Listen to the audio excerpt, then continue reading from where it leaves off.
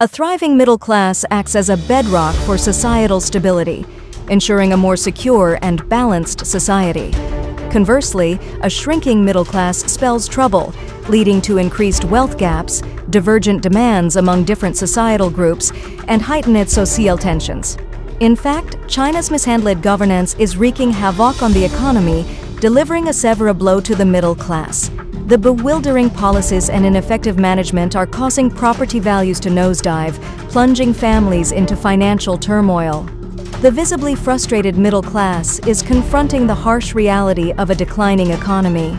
This turmoil extends to the automotive sector, witnessing the closure of 1,000 4S car dealerships in China. This collapse serves as a stark signal of the challenges faced by China's middle class. It's a tumultuous journey marked by frustration and adversity as they grapple with this economic nightmare, uncertain about when improvements will materialize.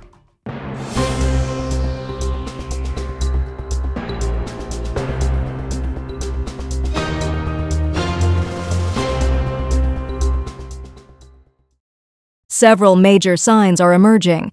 China's middle class is collapsing. The collapse of the real estate market and the overall economic crisis in China have contributed to the downfall of the middle class. As the real estate crisis unfolded, the wealth of numerous Chinese families was eroded, turning many middle-class individuals with mortgages into a debt-ridden group. Faced with declining home values, the middle class is now forced to decide between selling at a loss or holding onto their properties for an extended period. In case buyers experience unemployment or salary reductions, repaying loans becomes even more challenging, instilling fear and uncertainty among the middle class and hindering their willingness to consume. Overseas economic researchers suggest that the crisis in the Chinese real estate market is severely impacting the country's middle class, with 70% of household assets tied to real estate. A 5% decrease in property prices results in the disappearance of $2.7 trillion in housing wealth, according to information from a Chinese real estate residential information service platform. The second-hand luxury housing market in 2023 exhibited increased listings and decreased listing prices. Notably, the listed prices of high-end residences in Beijing, Shanghai, and Guangzhou saw a substantial adjustment, decreasing by approximately 5% to 15%. As many families in these cities consider real estate as their primary asset, the decline in property values has plunged the middle class into a precarious financial situation, especially since many of these properties were purchased through loans. In the first week of the new year 2024, Apple's iPhone sales in China plummeted by a staggering 30% compared to the previous year. Following widespread price reductions on various platforms, Apple China's official website introduced a rare New Year limited-time discount on January 15th. This promotion covered a range of products, including phones, computers, and tablets, with the highest discount of approximately $70 for iPhones and about $110 for MacBook Air laptops. Simultaneously, the piano industry in China is experiencing a harsh winter. Mr. Fan, with over 20 years in second-hand piano sales, revealed that over half of China's piano dealerships and music stores closed in 2023. Remaining operational ones are considered rare. The downturn in the piano industry began in 2019, worsened during the pandemic years, and drastically declined from April 2023. According to Mr. Fan's estimate, being able to maintain 30% of previous sales is considered outstanding, with an average around 15%. Those faring worse are estimated to achieve only 10% of previous sales, facing the risk of closure. Mr. Fan attributes this phenomenon to two main factors: a decrease in middle-class incomes and a lack of optimism about the future. China's leading piano company, Pearl River Piano, reported a 60.62% YoY decrease in revenue for the first half of last year in its August 2023 interim report. While the report did not explicitly explain the reasons for the performance decline, it noted risks such as a sluggish musical instrument market, intensified market competition, slow economic recovery, and continuous decline in export trade. Downstream training institutions in the piano industry are also facing difficulties. Incomplete statistics indicate that approximately 30% of China's music training institutions will be closed by the end of 2022. Apart from pianos, the luxury car and watch markets are also on the verge of collapse. Particularly, the second-hand luxury car and watch markets, major consumption areas for the middle class, have suffered significant downturns. The second-hand watch market, in particular, experienced a thorough collapse in 2023, with transaction volumes sharply decreasing from May and prices plummeting throughout the year. The domino effect of real estate crisis on middle-class purchasing the automotive industry's turmoil. In the wake of the escalating Chinese real estate crisis, the once thriving purchasing power of China's middle class has crumbled, marking a profound collapse across every sector catering to this demographic. This downturn paints a grim picture of the inadequacy and frailty underlying the entire spectrum of consumer goods targeting China's middle-income population. The gravity of this situation is underscored by the January 15th exposé from Chinese self-media, revealing the distressing state of the luxury car market, which is undergoing aggressive price cuts and promotions for both new and used vehicles. Despite these desperate measures, sales continues to plummet, casting a harsh light on the overall collapse of consumer-oriented industries. Further intensifying the economic turmoil is the automotive sector in China, which is experiencing an explosive surge in bankruptcies, laying bare the gross mismanagement prevailing within businesses and the overarching deficiencies in China's state-controlled economic framework. A recent casualty of this crisis is Guangdong Yong'ao Investment Group, owner of over 80 4S stores for premium car brands like Audi, Volkswagen, Mercedes-Benz, BMW, Land Rover, and Jaguar, recently collapsed due to a financial chain rupture, sparking widespread discussions. The financial meltdown of this prominent player underscores the systemic failures and lackluster oversight plaguing the entire industry. Reports of widespread dealership closures, wage arrears, and delayed vehicle deliveries paint a stark picture of the industry's mismanagement, with employees left in financial distress due to the negligence of companies like Yong'ao. As the Chinese automotive market grapples with these cascading failures, it sheds light on the broader challenges of ineffective governance and financial instability within China's state-controlled economic structure. On January 17th, netizens shared screenshots on a short video platform revealing the sudden crisis in over 80 car brand stores owned by Guangdong Yong'ao Investment Group. There are bankruptcy liquidation risks, and some stores have numerous undelivered cars and vehicles waiting for license plate registration and unpaid purchase taxes. Netizens express their concern about delayed salary payments, creating financial burdens for families. Multiple individuals reported that they are unable to collect their purchased cars from the now closed stores under the Yong'ao Group. Complaints on local platforms indicate instances of wage arrears and delays in delivering vehicles by Guangdong Yong'ao Group's stores.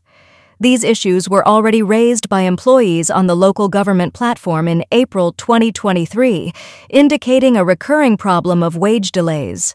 A user revealed their ordeal working for Guangdong Yong'ao Group's subsidiary Human Yongjie SAIC Volkswagen, where they resigned in mid-July 2023 due to unpaid wages. The complaint highlighted a persistent issue, with employees reporting wage arrears as early as April 2023 on the local labor bureau's website.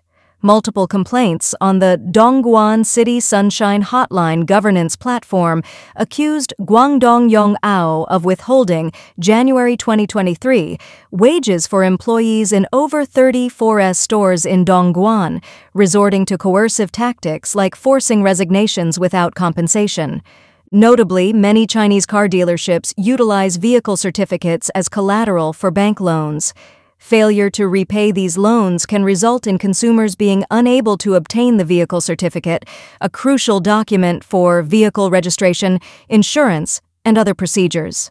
This situation poses risks such as being unable to license the vehicle or receive insurance claims for new cars without the necessary vehicle certificate. The automotive industry in China faced heightened survival pressures throughout 2023, marked by a pervasive price war. According to the China Automobile Dealers Association's survey, only 37.4% of dealers achieved their annual sales targets in 2023, leaving over 60% falling short. Among them, 39.4% completed 70-90% of their tasks, while 23.2% recorded completion rates below 70%.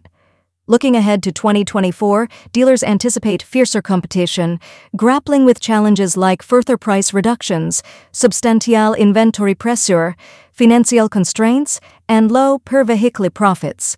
The grim statistics paint a bleak picture of the industry's struggles and uncertainties, indicating a turbulent path ahead. China's automotive industry turmoil and the ominous shadow of CCP mismanagement. In 2023, nearly 1,400 dealers withdrew from the network, and 1,000 4S stores faced closure, according to the semi-annual reports of the top 10 dealerships. The performance of net profit and gross profit margins of these 10 listed dealerships aligns closely with the findings mentioned in the 2023 National Automobile Dealership Survival Status Survey report, released by the China Automobile Dealers Association. The report indicates that 50% of dealers were in a loss-making state in the first half of 2023, reaching a high point in recent years. As September unfolded, various A-share and Hong Kong-listed automotive dealership companies gradually disclosed their financial reports for the first half of the year. During the first half of this year, major automotive brands initiated a wave of price reductions, numerous new energy vehicle models were launched, intensifying competition in the automotive market and impacting downstream sales and after-sales services. Auto Services World analyzed the first-half financial reports of 10 listed automotive dealership companies, including Zhongsheng Group, Yongda Automobiles, Grand Bia Oxen, Zhengtong Auto, Harmony Auto, New Feng Tai Group, Maidest Automobile, Grand Automotive, China National Machinery Industry Corporation, and Century United Holdings. The net profit data, in general, exhibited a decline. Compared to the first half of 2022, only Harmony Auto, New Feng Tai Group, and China National Machinery Industry Corporation recorded year-on-year increases in net profit among the 10 dealerships. The remaining 7 experienced varying degrees of decline. Notably, Zhengtong Auto's net profit shifted from positive to negative, dropping from 0.06 billion yuan in the first half of the previous year to minus 3.86 billion CNY in the first half of this year, marking the most significant decline. In reality, despite certain advantages for traditional 4S stores, the direct-operated, direct sales model also has several drawbacks. Firstly, it carries high risks. Due to the extensive product lines in automotive manufacturing, strict cost control is essential. Having dealerships allows car manufacturers to share interests and risks, reducing the impact of market supply and demand fluctuations. Adopting a direct-operated model requires car manufacturers to face risks directly. Secondly, the direct-operated model demands a significant investment from car manufacturers. While direct-operated stores can provide high exposure, these experience centers often choose prime locations in the core business districts or CBDs of first- and second-tier cities. These locations not only entail high rental costs and personnel expenses, but also pose higher demands on the daily operational management of the stores. Thirdly, the coverage is not extensive enough. As mentioned earlier, relying on the limitations of urban CBDs, the coverage of the direct-operated model is far less than that of traditional dealerships located in suburban areas. Additionally, considering the vast, untapped market in third- and fourth-tier cities, car manufacturers cannot independently support the financial requirements of direct-operated stores and still need to rely on traditional car dealerships and 4S stores to reach consumers in county-level cities. Undeniably, the root cause behind all these drawbacks is the poor management competence of domestic enterprises. Behind this lies the Communist Party-led government of China, contributing to the stagnation in various consumer industries and vehemently denying the economic weaknesses of the nation.